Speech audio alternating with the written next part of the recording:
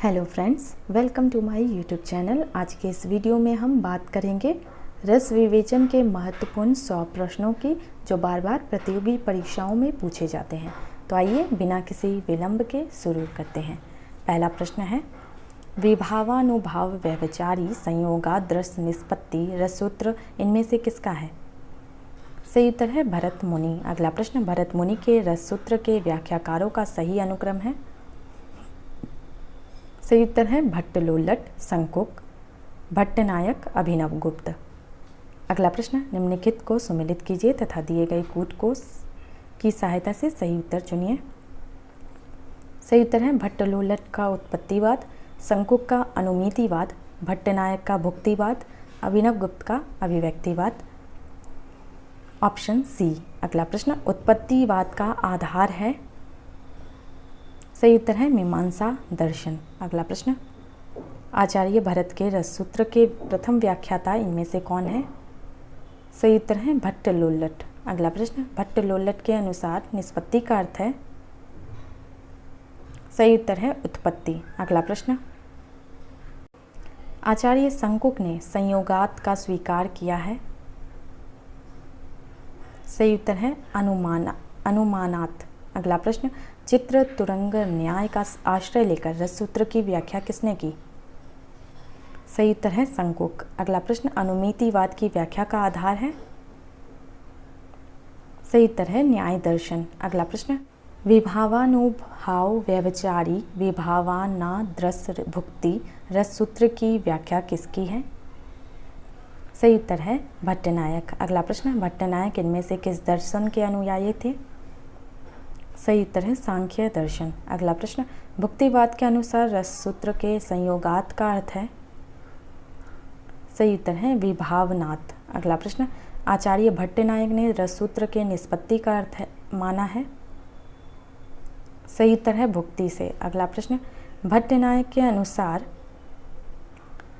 काव्यादि में रस निष्पत्ति के 3 व्यापार इनमें से कौन है? सही उत्तर है अभिधा, भावकत्व और भोजकत्व। अगला प्रश्न, साधारणीकरण शब्द का सर्वप्रथम प्रयोग किसने किया? सही उत्तर है भट्टनायक। अगला प्रश्न, कवि या रचनाकार की अनुभूति जिस समय जन जन की अनुभूति बन जाती है तो ऐसी स्थिति को कहते हैं? सही उत्तर है साधारणीकरण। अगला प्रश्न, भट्टनायक ने किस क्रिया द्वारा साधारणीकरण का सूत्रपात किया? सही उत्तर है भावकत्व। अगला प्रश्न, अभिनवगुप्त की रससूत्र व्याख्या इनमें से किस नाम से विख्यात है? सही उत्तर है अभिव्यक्तिवाद। अगला प्रश्न, अभिनवगुप्त की रससूत्र व्याख्या का आधार है? सही उत्तर है शैव दर्शन। अगला प्रश्न, अभिव्यक्तिवाद के अनुसार रससूत्र के संयोगात का अर्थ है? सही उत्तर है अभिव्यंजनात्। अगला प्रश्न, अभिनवगुप्त ने निष्पत्ति का अर्थ माना है? सही उत्तर है अभिव्यक्तिवाद। अगला प्रश्न, रसानुभूति के लिए सर्वप्रथम हृदय की मुक्तावस्था की अनिवार्यता किसने घोषित की? सही उत्तर है अभिनवगुप्त। अगला प्रश्न, इनमें से किस आचार्य ने प्रत्यक्ष रूप से साधारणीकरण को स्वीकार नहीं किया?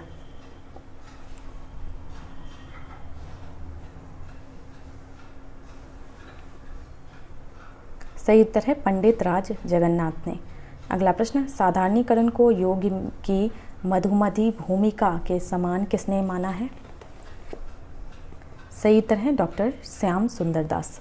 अगला प्रश्न, साधारणीकरण आलंबनत्व धर्म का होता है कथन किसका है? सही उत्तर है रामचंद्र शुक्ल। अगला प्रश्न, कवि की अनुभूति का साधारणीकरण इनमें से किसने माना है? सही उत्तर है डॉक्टर नगेंद्र। अगला प्रश्न, डॉक्टर नगेंद्र ने काव्य क्रिया का प्रथम सोपान माना है?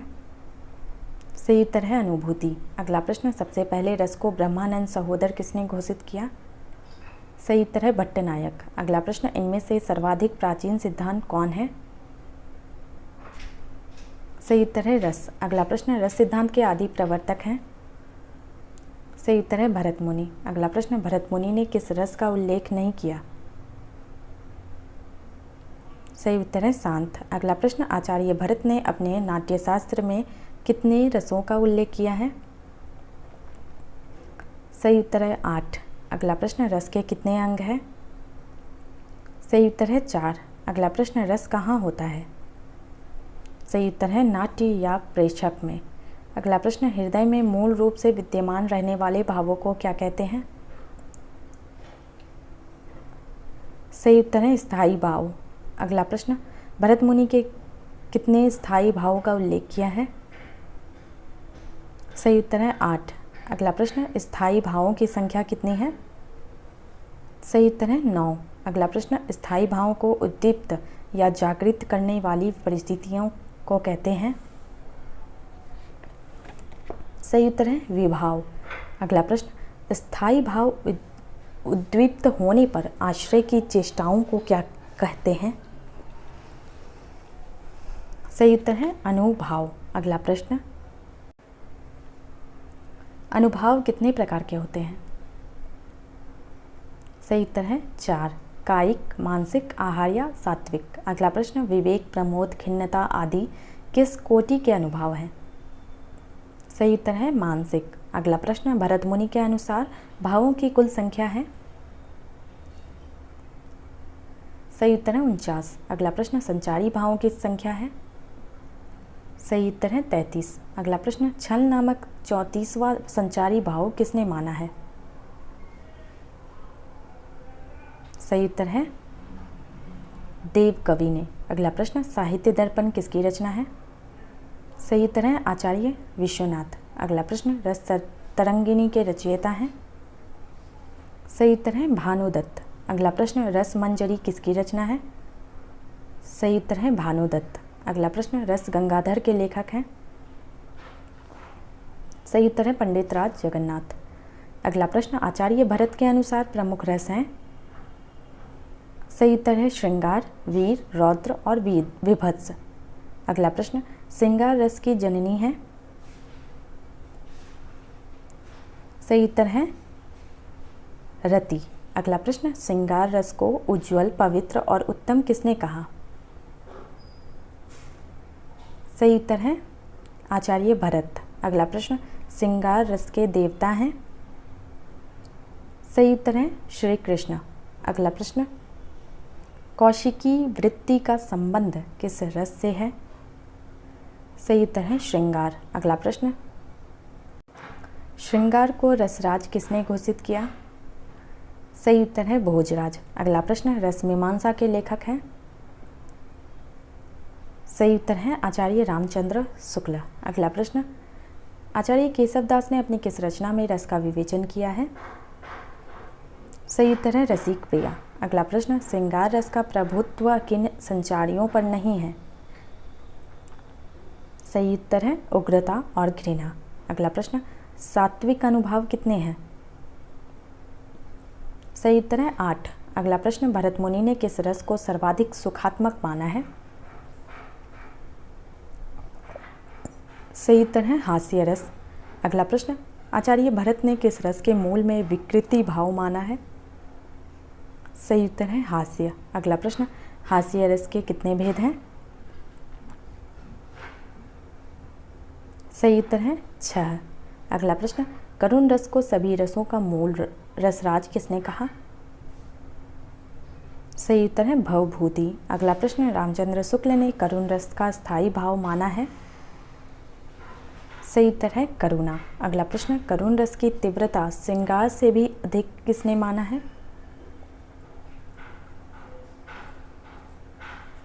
सही उत्तर है आनंदवर्धन। अगला प्रश्न, माया को रस घोषित करने वाले आचार्य हैं?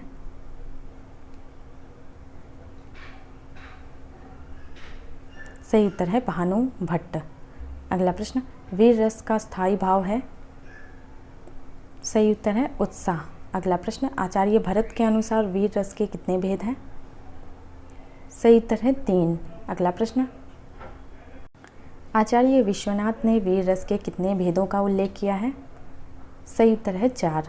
अगला प्रश्न, वीर रसों में किसकी प्रधानता है? सही उत्तर है युद्धवीर। अगला प्रश्न, आचार्य शुक्ल ने उत्साह का आलंबन माना है? सही उत्तर है दुष्कर कर्म करने की भावना को। अगला प्रश्न, वीर रस की चर्चा में सत्यवीर और पांडित्यवीर का उल्लेख किसने किया? सही उत्तर है पंडित राज जगन्नाथ। अगला प्रश्न, क्रोध किस रस का स्थायी भाव है? सही उत्तर है रौद्र। अगला प्रश्न, रौद्र रस कितने प्रकार का होता है? सही उत्तर है 3।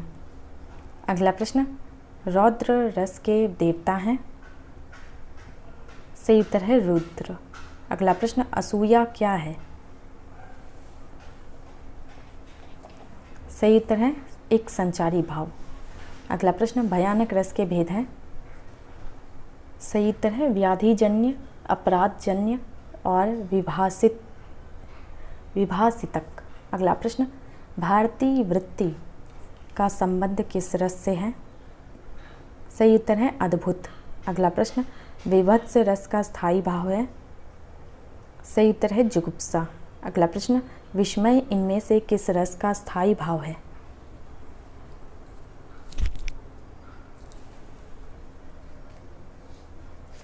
सही उत्तर है अद्भुत। अगला प्रश्न,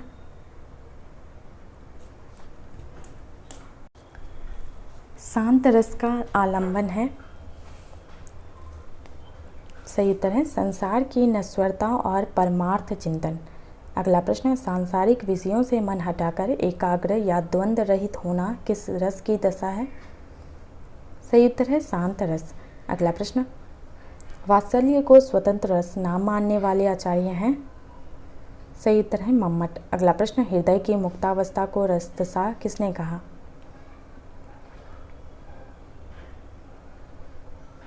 सही उत्तर है रामचंद्र शुक्ल। अगला प्रश्न, उज्ज्वल नीलमणि के रचयिता हैं? सही उत्तर है रूप गोस्वामी। अगला प्रश्न, स्थायी भाव को घोषित करने वाले कारक कहलाते हैं? सही उत्तर है विभाव। अगला प्रश्न, जब एक भाव के साथ अन्य अनेक भावों की एकत्र स्थिति हो तो वहाँ होती है? सही उत्तर है भाव सबलता। अगला प्रश्न, अनुचित रूप से प्रवृत्त स्थायी भाव के आस्वाद को क्या कहते हैं? सही उत्तर है रसाभास। अगला प्रश्न, श्रृंगार रस की मैत्री में से किस रस से है? सही उत्तर है हास्य। अगला प्रश्न, भक्ति रसामृत सिंधु किसकी रचना है? सही उत्तर है रूप गोस्वामी। अगला प्रश्न, भक्ति को अलौकिक रस की मान्यता देने वाले आचार्य हैं? सही उत्तर है भानुदत्त। अगला प्रश्न, वात्सल्य को 10वां रस किसने माना है? सही उत्तर है विश्वनाथ। अगला प्रश्न, प्रश्न 92 से 96 तक प्रत्येक प्रश्न में दी गई रसात्मक पंक्तियों में निहित रस के लिए 4-4 विकल्प दिए गए हैं। कोई एक विकल्प सही है, आपको सही विकल्प चुनना है। 92, निर्जन नटी नटी पुनी लजियावे, छिन रिसाई हसी सैन बुलावे। सही उत्तर है संयोग श्रृंगार। अगला प्रश्न, ढोल गले खर पर प्रिय टोली, लोट पोट प्रियसी लखी होली। सही उत्तर है हास्य। अगला प्रश्न, निर्जन श्यामा उग्र रव थर थर तीय सुधी खोए। सही उत्तर है भयानक। अगला प्रश्न, मज्जा मांस रुधिर पतनारे, सुनी मिचली अस होई निहारे। सही उत्तर है विभत्स रस। अगला प्रश्न, जग असार संकट पुनि नाना, विकल विरत चित्त साधु समाना। सही उत्तर है शांत रस। अगला प्रश्न, प्रश्न 97 से 100 तक प्रत्येक प्रश्न में दिए गए पद्यांश में विप्रलंब श्रृंगार के भेद हैं। किस प्रश्न में विप्रलंब श्रृंगार का कौन सा रूप प्रयुक्त हुआ है, या नीचे दिए गए विकल्पों में से चुनना है। प्रश्न संख्या 97, स्वप्नदर्शी स्वप्निल छवि तोड़ी, कसकत चितवन करी चित चोरी। सही उत्तर है पूर्वराग। अगला प्रश्न, फिरी फिरी फेरी नयन अनबोलनी, सहमी सहमी चित अपर टटोलनी। सही उत्तर है मान। अगला प्रश्न, जिय जरी जरी नहीं लगी लवलेसा, कह हम कह तुम समर विदेसा। सही उत्तर है प्रवास। अगला प्रश्न,